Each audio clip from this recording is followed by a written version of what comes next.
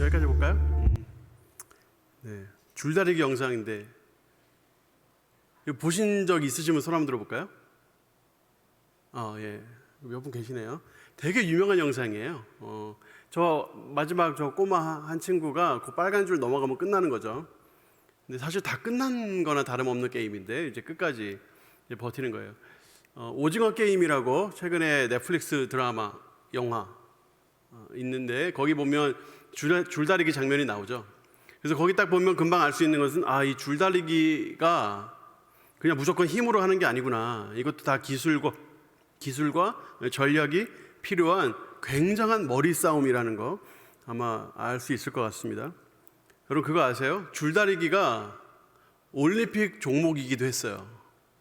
줄다리기가 1900년대부터 1920년대까지 올림픽 정식 종목이었습니다.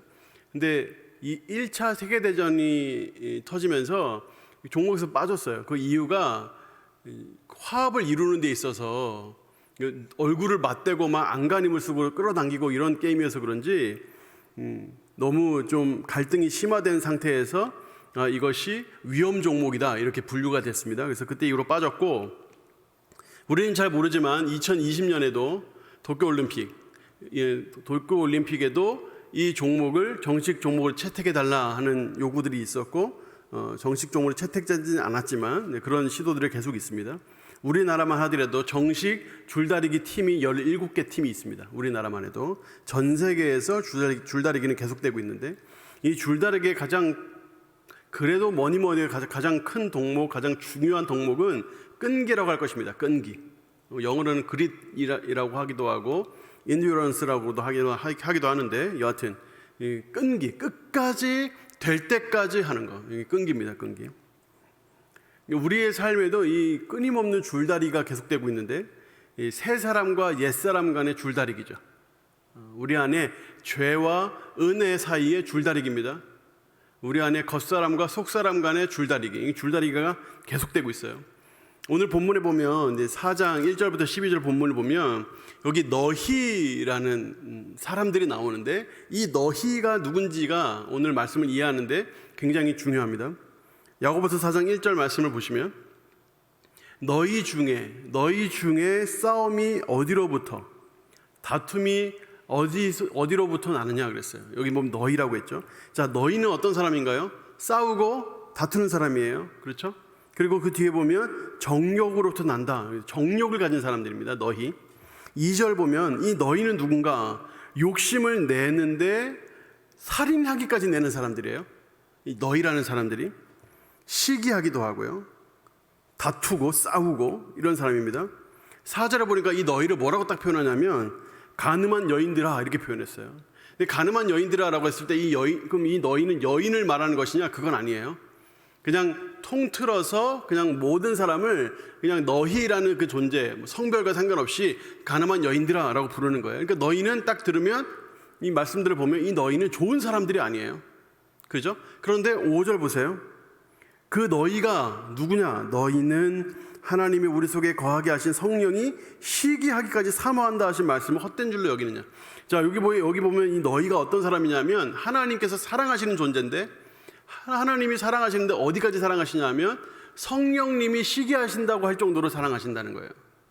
실제로 성령님이 시기하신다라는 의미라기보다는 그만큼 많이 사랑하는 존재라는 겁니다. 그러니까 이 너희는 하나님이 사랑하시고 성령님이 내주하시고 그런 존재인데 그 너희가 다투기도 하고 싸우기도 하고 살인을 저지르기도 하고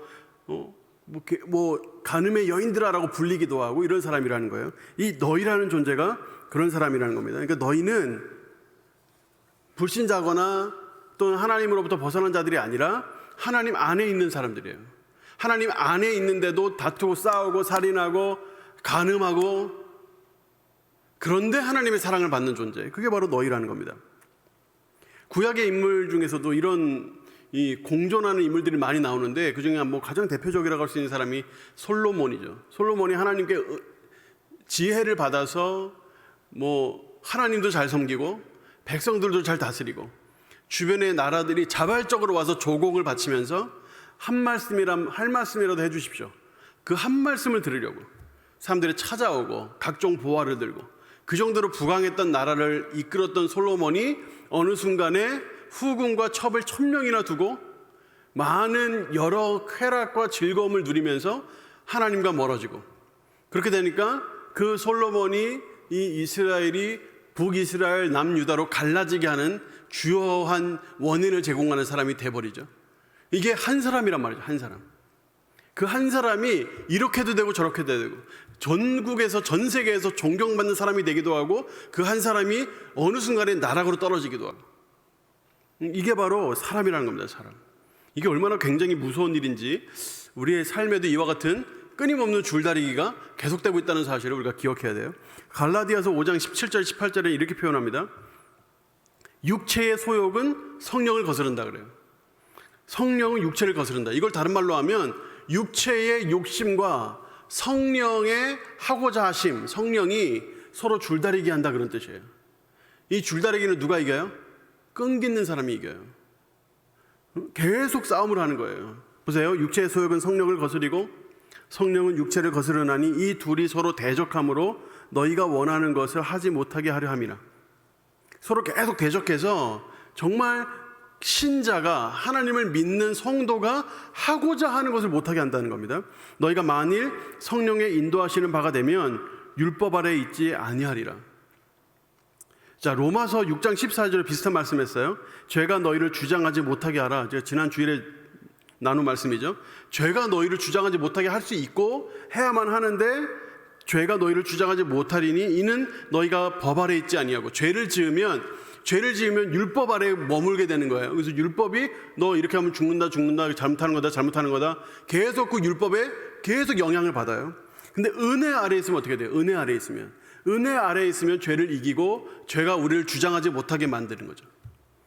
이 뜻이에요. 그러니까 우리 안에 이 전쟁이 끊임없이 이루어지고 있다. 그래서 예수님도 옥토밭에 씨가 뿌려졌는데 어떤 사람은 30배 맺고 어떤 사람은 100배 맺는다고 하는 거예요. 하나님 말씀에 우리 마음에 심기면 우리는 열매를 맺는데 어떤 사람은 30배 맺고 어떤 사람은 100배 맺는 거예요. 그래서 이 말씀을 어떤 목사님은 이렇게 해석하시더라고요. 말씀이 하나만 심기면 하여튼 최소한 30배다. 근데 이 말씀은 그런 뜻이 아니에요. 말씀을 똑같이 들어도 그 반응을 어떻게 하느냐에 따라서 맺는 열매가 천차만별 다르다, 이런 뜻이에요. 그러니까 똑같이 말씀을 들어도 하나도 못 맺는 사람이 있을 수 있다는 겁니다. 어떤 사람은 100배도 맺는데 말이죠, 같은 자리에서. 이거를 구원론의 차원에서 설명을 하면 칭의와 성화 차원에서 설명할 수 있어요. 제가 주일에는 칭의만 이야기를 했는데 칭의와 성화를 같이 이야기하면 어려운 용어가 두 개가 같이 튀어나오니까 너무너무 힘들까봐, 성도님들이 대체로 이해하기 힘들까봐 제가 성화라는 내용을 싹 빼고 그냥 정리를 했는데, 우리 금요일에 오시는 분들은 SMC 아카데미를 수료한 분들도 많이 계시고 하기 때문에 이해를 충분히 하실 수 있겠죠. 자, 칭의라는 건 뭐냐면 의롭다 하심이에요. 의롭다 하심은 우리가 예수를 믿는 그 순간에 하나님의 주권적이고 동시다발적인 역사로 무의식적으로 일어나는 역사예요, 칭의라는 것은. 그러니까 우리가, 하나님이 우리를 의롭다고 딱 칭해 주셨는데 법정적 선언이고 하나님의 주권적인 선언인데 그거를 우리가 못 느껴요. 무의식적인 역사거든요. 중생과 양자됨과 칭의는 하나님의 주권적인 역사면서도 무의식적인 역사예요. 그러니까 몰라요, 우리가. 근데 칭의가 우리 안에 이루어져요. 그래서 이 칭의는 우리가 이전에 지은 죄, 이후에 지은 죄가 어떻게 못해요, 이 칭의는. 근데 이 칭의는 모든 사람에게 다 똑같아요. 믿는 모든 자에게 똑같이 나타나요. 근데 성화가 뭐냐면, 이 성화는, 이거는 의식적인 역사고 하나님이 주권적으로 하시기도 하지만 동시에 우리가 거기에 관여하게 돼 있어요. 그러니까 우리의 구원은 어떤 면에서는 하나님이 이루어 주시기도 하시지만 우리가 이루기도 하는 거예요. 그래서 바울이 너희 구원을 이루라고 말씀하죠. 우리가 구원을 이루는 거예요. 그게 바로 성화적 차원에서 말씀하는 건데, 이 성화를 제대로 못하면 신앙이 자라질 않아요. 신앙이 자라질 않으니까 그만큼 신앙이 약화되고 죄에 넘어지기 쉽고 작은 죄, 작은 유혹에도 쉽게 넘어가는 거예요, 성화되지 않으면. 그래서 고린도전서 3장 1절에는 바울이 고린도 교인들을 향하여 뭐라고 말하나 보세요. 형제들아, 내가 신령한 자들을 대함과 같이 너희에게 말할 수 없다. 신령한 자, 성령이 충만한 자, 성숙한 자를 대하는 것 같이 내가 너희를 대할 수 없다. 육신에 속한 자, 곧 그리스도 안에서 어린 아이들을 대함과 같이 하노라. 어린 아이들이라고 그랬어요. 어린 아이들을 뭐라고 표현했죠? 육신에 속한 자라고 했어요. 자, 육신에 속한 자, 여기서 육신은 우리의 피지컬 바디를 의미하지 않고, 여기서 육신은 죄의 유혹을 받아 쉽게 넘어지기 쉬운 죄를 갈망하는 본성을 말합니다. 죄를 갈망하는 본성, 죄를 원하는 본성. 자, 히브리서 5장에는 어떻게 표현했나 보세요. 히브리서 5장 12에서 14절 보시면, 때가 오래되었으므로 너희가 마땅히 선생이 되어야 할 것이다. 예수님 믿고 오랜 기간이 지났기 때문에 너희는 마땅히 성숙해야 하고 누군가를 충분히 가르치고 이끌 만한 선생이 되어야 한다. 그런데 너희가 다시 하나님의 말씀의 초보에 대하여 누구에게서 가르침을 받아야 할 처지가 되었다. 너희들이 지금쯤이면 교사가 되어서 누군가를 가르치고 누군가를 품고 누군가를 이끌고 누군가를 리드해야 될 사람인데, 그런데 실상은 너희가 가르침을 받아야 되는 수준밖에 안 된다 라고 말하면서 단단한 음식은 못 먹고 젖이나 먹어야 할 자가 되었다. 그래서 13절에 이는 젖을 먹는 자마다 어린아이니 의의 말씀을 경험하지 못했기 때문이다. 단단한 음식은 장성한 자의 것이니 그들은 지각을 사용함으로 연단을 받아 선악을 분별하는 자들이니라. 여러분들이 어린아이와 또 성숙한 어른들을 보면 금방 알 수 있어요. 어린아이들은 다 챙겨줘야 돼요. 다 해줘야 되고 별것도 아닌 거 가지고 싸우고 힘들어하고 못하겠다 그러고 안 한다 그러고 그런단 말이에요. 그게 어떨 때는 참 귀여워 보이고 예뻐 보여요. 근데 그게 계속 반복이 되면 얼마나 힘든지 말도 못해요. 반찬 투정하는 거는 참 초등학교 가기 전까지는 귀여워요. 근데 대학교 2, 3학년이 돼가지고 소세지 없으면 밥 안 먹어. 이러면 어떻게 되겠어요? 그런 사람이 있는 거 아니죠? 여기 중에. 큰일 나는 거죠. 응? 그러니까 이런 겁니다. 그러니까 성장하지 못하는 거예요. 성장하지 못하는 거예요. 성장하지 못하면 어떻게 됩니까? 성장하지 못하면 그만큼 하나님의 복을 받아 누리지 못해요. 안타까운 일이죠. 안타까운 일.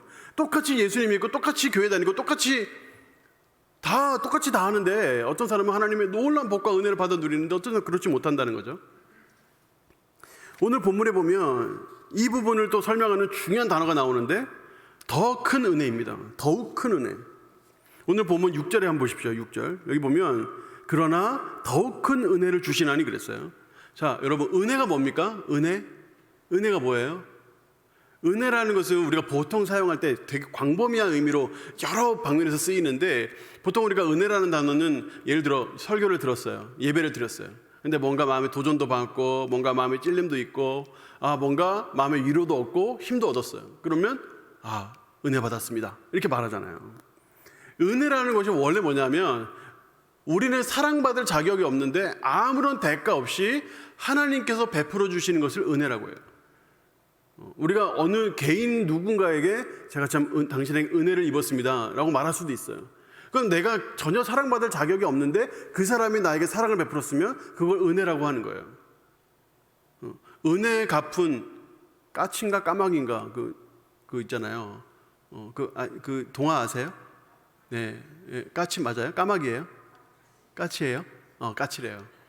그 은혜 갚은이라고 하잖아요. 그러니까 길에 가다가 나무꾼이 그 뱀이 자기 새끼 먹으려고 하는 거 그거 그냥 지나칠 수도 있는 건데 그걸 구해준단 말이죠.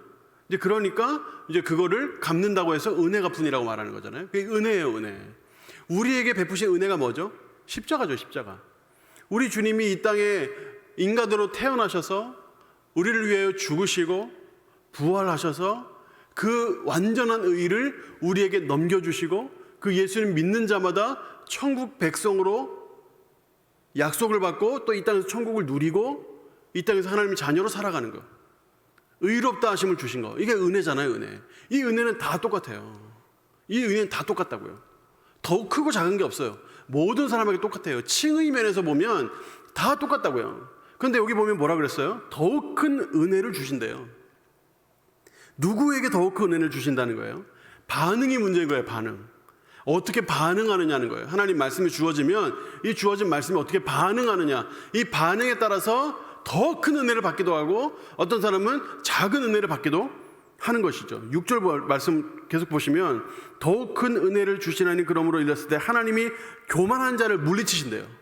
여기서의 교만한 자는 하나님을 믿지만 교만한 자를 의미하는 거죠. 문맥상 갑자기 불신자 얘기를 하지 않을 거예요. 하나님을 믿지만 교만한 자를 말하는 거예요. 이 교만한 자 하나님 물리치시고 겸손한 자에겐 은혜를 주신다 그랬죠. 겸손하게 하나님 앞에서 주의 말씀을 기뻐하며 받고 그 말씀대로 순종하는 마음으로 받고 살려고 하는 그런 겸손한 마음 말이죠. 그러니까 같은 자리에 있어도 받는 은혜가 다 다르다고요. 은혜의 내용도 다르지만 은혜의 강도가 천차만별이에요. 어떤 사람은 은혜를 풍성히 받아서 일주일을 거뜬히 살아낼 만큼 그 이상 더 풍성이 넘쳐서 다른 사람에게 나눠줄 수 있을 정도, 그런 정도의 은혜를 받는데 어떤 사람은 겨우 몇 시간 버티기도 힘든 은혜를 받는다고요. 예를 들어 볼게요. 100m 달리기 선수가 있어요. 이 100m 달리기 선수가 100m를 10초에 주파해요. 10초에 주파하는데 이 사람이 자기 몸 관리도 잘하고 음식도 영양가 있게 잘 먹고 잘 챙겨서 절제해서 잘 먹고 몸을 잘 만들었어요. 그리고 달려요. 그러면 100m를 10초에 당연히 주파할 뿐만 아니라 그보다 그 기록을 조금 더 당길 수도 있겠죠. 그리고 그거 한번 뛴 다음에 그 다음 어떻게 할까요? 뛴 다음에 마음에 승리감도 있고 성취감도 있고 몸이 건강하고 잘 만들어져 있으니까 그 다음에 또 뛸 수 있고 또 뛸 수 있고 의욕이 생기고 욕심이 생기고 더 잘해봐야지 이런 마음이 들 거예요. 근데 또 다른 선수는 똑같이 10초에 주파하는데 음식도 막 대충 아무거나 막 먹고 운동도 제대로 안 하고 준비 운동도 제대로 안 했어요. 그래서 뛰었어요. 10초에 뛰면 다행인데 못 뛸 가능성도 많고 여하튼 그 기량이니까 10초에 뛰었다고 해도 아마 또 뛰기 싫을 거예요. 지치고 힘들고 몸이 다 제대로 만들어져 있지 않으니까 얼마나 힘들겠어요. 똑같은 거예요. 은혜가 충만하면 어떤 죄가 와도 힘써 싸울 수 있고 몰아낼 수 있고 중간에 순간순간 닥쳐오는 어떤 감정적인 흔들림도 잘 이겨낼 수 있죠. 그러고 나서 또다시 전쟁을 준비할 수 있어요. 그런데 제가 준비가 제대로 안 된 사람은 죄가 올 때마다 그 죄와 싸우는 게 고역이고 고통스럽고 힘들고 쉽게 넘어지면 좌절되고 좌절되면 실패감에 또다시 일어나는데 시간이 오래 걸리고.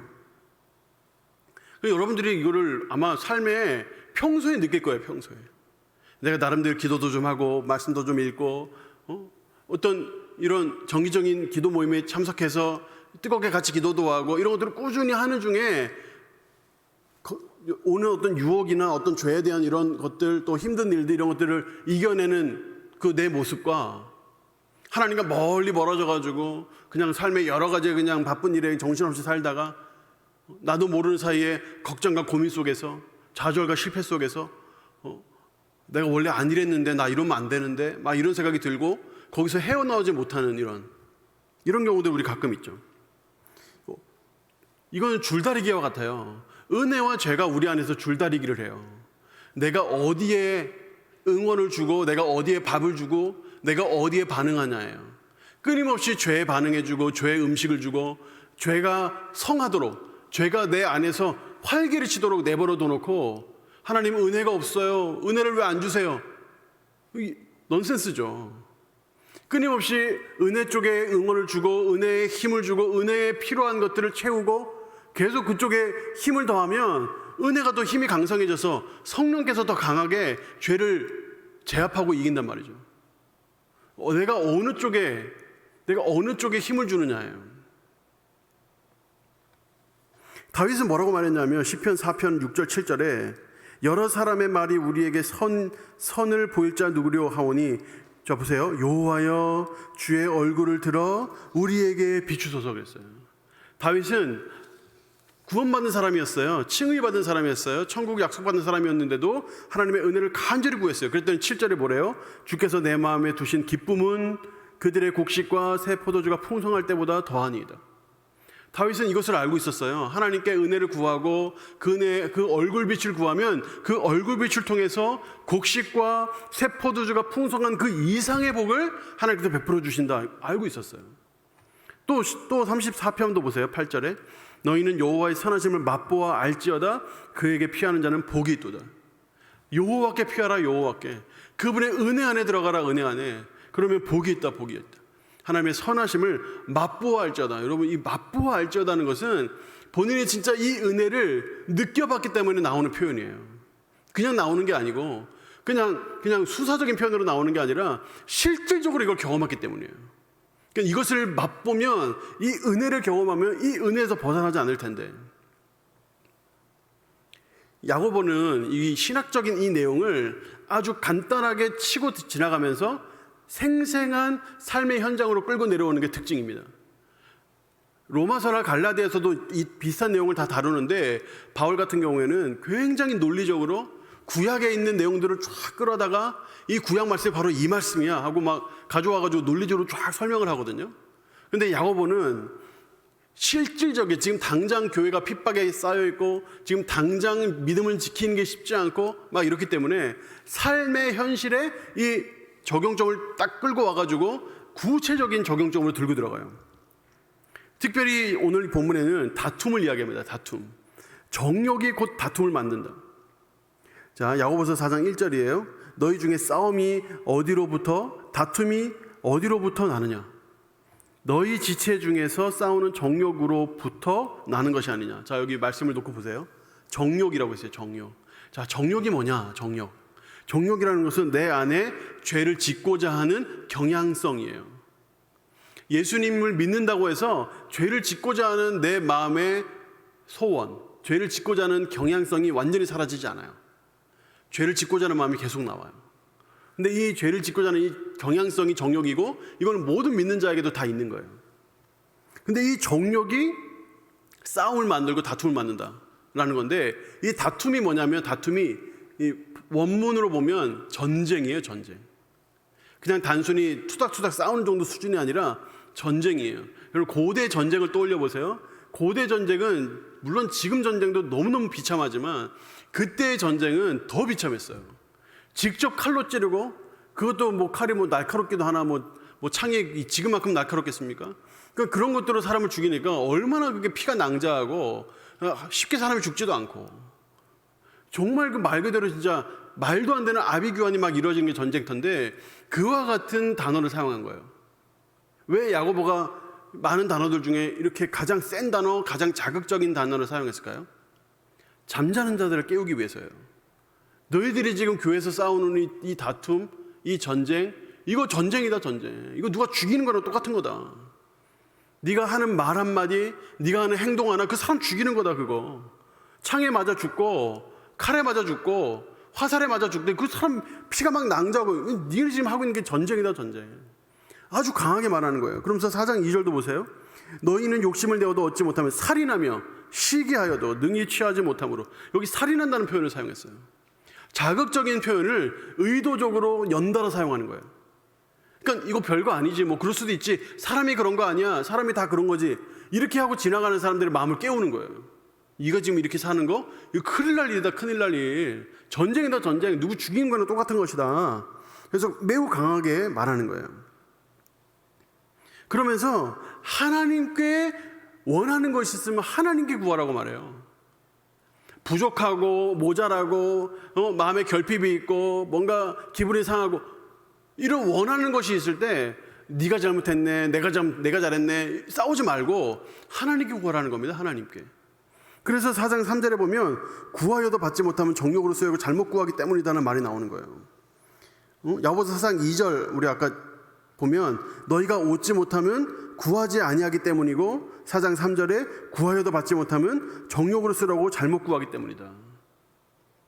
이게 지금 야고보가 우리에게 아주 강조하고 싶은 말이에요.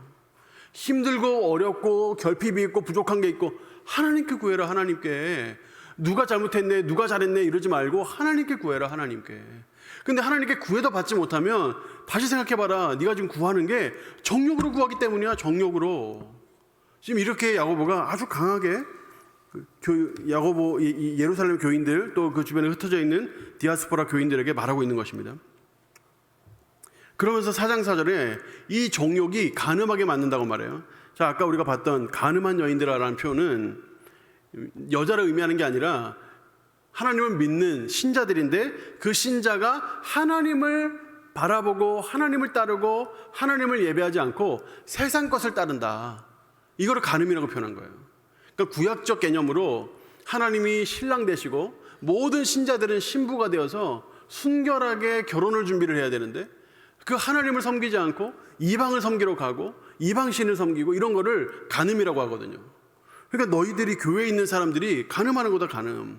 그 뒤에 보세요. 세상과 벗된 것이 하나님과 원수됨을 알지 못하느냐. 이 원수라는 표현도 제가 오늘 시간이 없어서 다 설명 못하지만, 원수라는 표현도 진짜 말 그대로 원수라는 뜻이 아니라 일부러 강한 표현을 쓰는 거예요.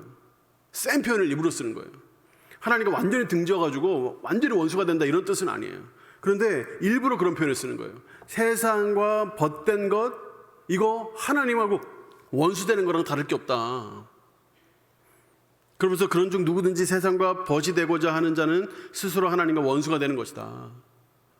세상과 벗되면 그게 바로 간음이다. 그게 다른 게 간음이 아니다. 요한일서 2장 16, 17절에 구체적으로 이 간음이 하나님을 버리고 세상과 가까워지는 것, 구체적으로 뭔지를 이렇게 설명합니다. 이는 세상에 있는 모든 것이 육신의 정욕, 안목의 정욕, 이생의 자랑이니 다 아버지께로부터 온 것이 아니요 세상으로부터 온 것이라. 아버지께로 온 게 아니라 세상으로부터 온 거래요. 그러면서 이 세상도 그 정욕도 지나가되 오직 하나님의 뜻을 행하는 자는 영원히 거하느니라. 이 세상에 있는 정욕들, 육신의 정욕, 안목의 정욕, 이상의 자랑 다 지나간대요. 다 지나가는데 하나님을 섬기고 주님을 바라고 하나님의 뜻을 행하는 것, 그것만이 남는다는 거예요. 그래서 하나님을 섬겨야 된다. 하나님. 영적인 건강이 약화되잖아요. 그러면 육신의 정욕, 안목의 정욕, 이생의 자랑이 더 땡겨요. 그걸 이루기를 더 원해요. 그쪽으로 계속 더 가려고 해요. 여러분들이 이 말씀을 보고 오해하지 말아야 될 게 세상과 등지라는 뜻이 아니에요. 세상과 등지면 안 돼요. 세상과 완전히 구분돼가지고 완전히 동떨어져가지고 따로 우리끼리 타운을 건설하고 우리끼리 살고 이런 뜻이 아니에요. 하나님께서 일반적인 측면에서 우리에게 주신 것이 있어요. 그게 다 육신적인 거고 안목적인 거고 이생의 자랑들이에요. 이거 하나님께서 우리에게 주신 것들이에요. 일반적인 측면에서. 이거 누리는 거 죄 아니에요. 근데 절제해야죠. 절제. 하나님보다 우선이 하면 안 되죠. 하나님을 우선시해야 되죠. 이게 바로 어디서 오는 거냐면 하나님을 믿고 따르는 신령한 삶으로부터 나오는 거예요. 하나님을 따르고 성화의 삶으로부터 나오는 거예요. 근데 하나님과 멀어지고 하나님 뜻대로 살지 않고 죄를 계속적으로 내 마음에 키우고 불법적으로 죄가 내 마음에 점거해서 죄가 마치 자기 땅인 양, 이 땅은 내 마음은 하나님 것이고 하나님이 거주하시는 곳인데 마치 죄가 지 것인 양 내 안에 들어와서 지멋대로 활개를 치고 다니게 하는 거, 이게 바로 지나친 육신의 정욕, 안목의 정욕, 이생의 자랑이라는 겁니다. 운동도 안 하고 몸 관리도 안 해요. 그래서 제대로 그 마음대로 살질 않아요. 그 건강대로 제대로 살진 않아요. 그러면 점점 더 몸이 약해지는 거예요. 그런데 운동도 열심히 해요. 좋은 음식도 열심히 먹고 이렇게 해요. 그러면 그 몸이 더 건강해지고 우리가 더 많은 일을 할 수 있겠죠. 근데 여러분 그거 아세요?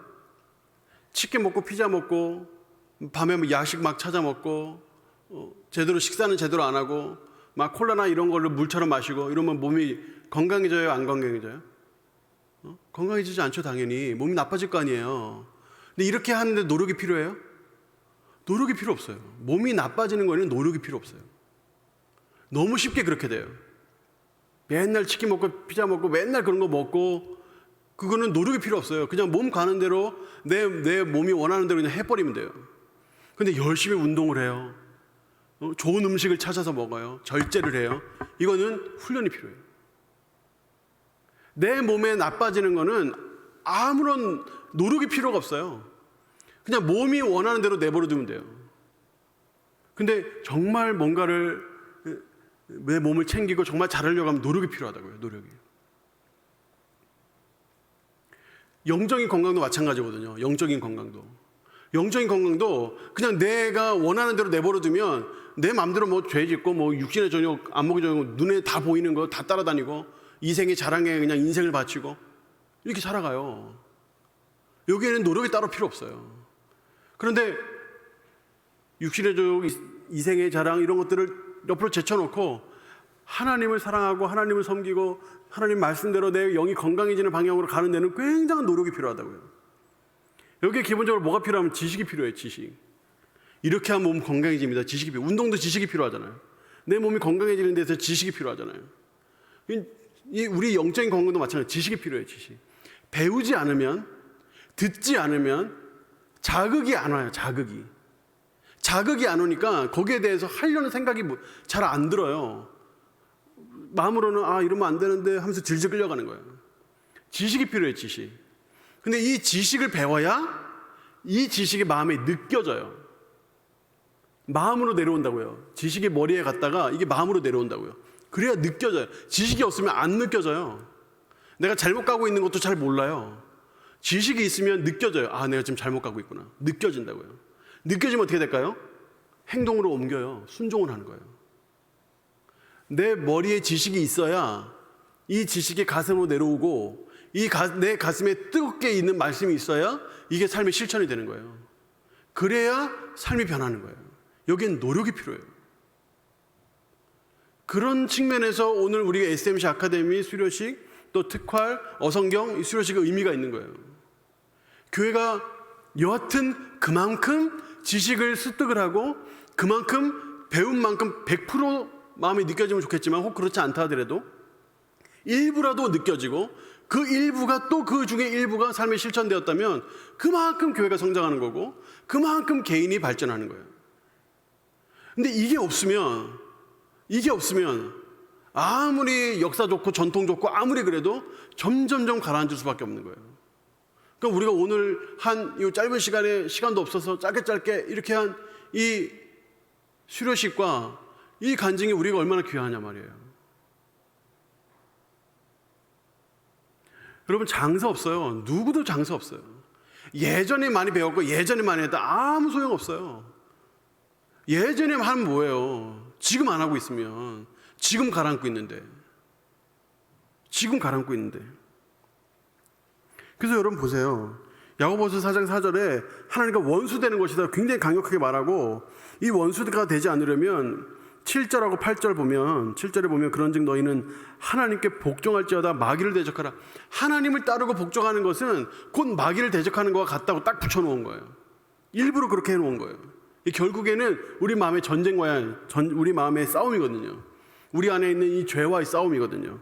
그래서 이 마귀를 대적하면 너희를 피하리라. 하나님을 가까이 하라. 그리하면 너희를 가까이 하시리라 그랬죠.